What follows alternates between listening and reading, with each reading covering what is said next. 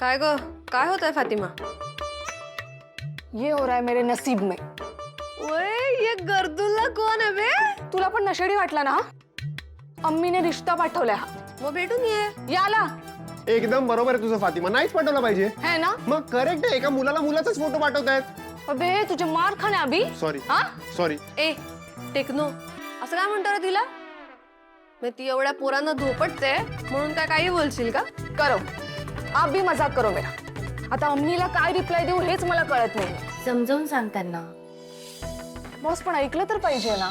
बस त्यांच्या समोर शांतपणे बस आणि त्यांना शांतपणे समजावून सांग तुला कसा मुलगा हवाय, तुझ्या काय अपेक्षा आहे. आणि याच्यासाठी ना पहिले तू स्वतःला हा प्रश्न विचार की तुला कसा मुलगा हवाय, आणि मग त्यांना समजव. आई येते, तुझ्या मनातलं कळणार नाही का त्यांना?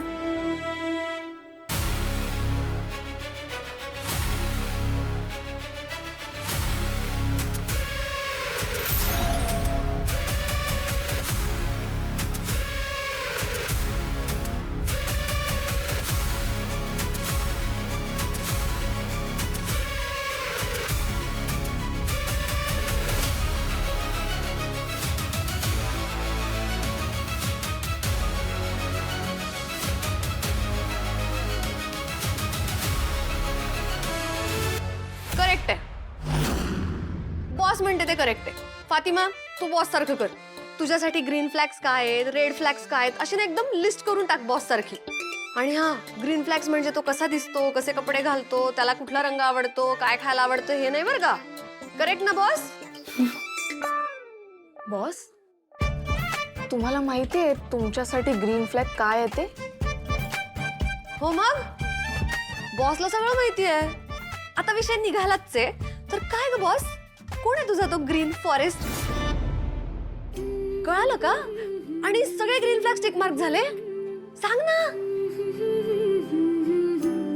त्यावेळेस बायकांना बाधित म्हटलं जायचं. म्हणजे त्यांना माहिती नव्हतं की बाधित असायला हा काय रोग नाही आहे, ही शक्ती आहे.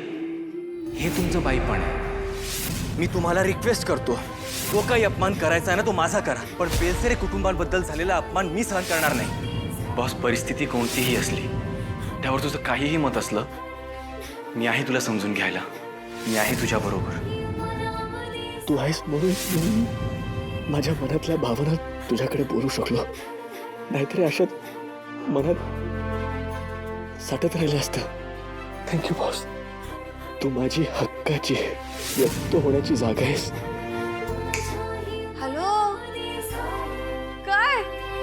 नाही अरे वा, आत्ता नाही. आत्ता पहिले मिशन, मग हे सगळं.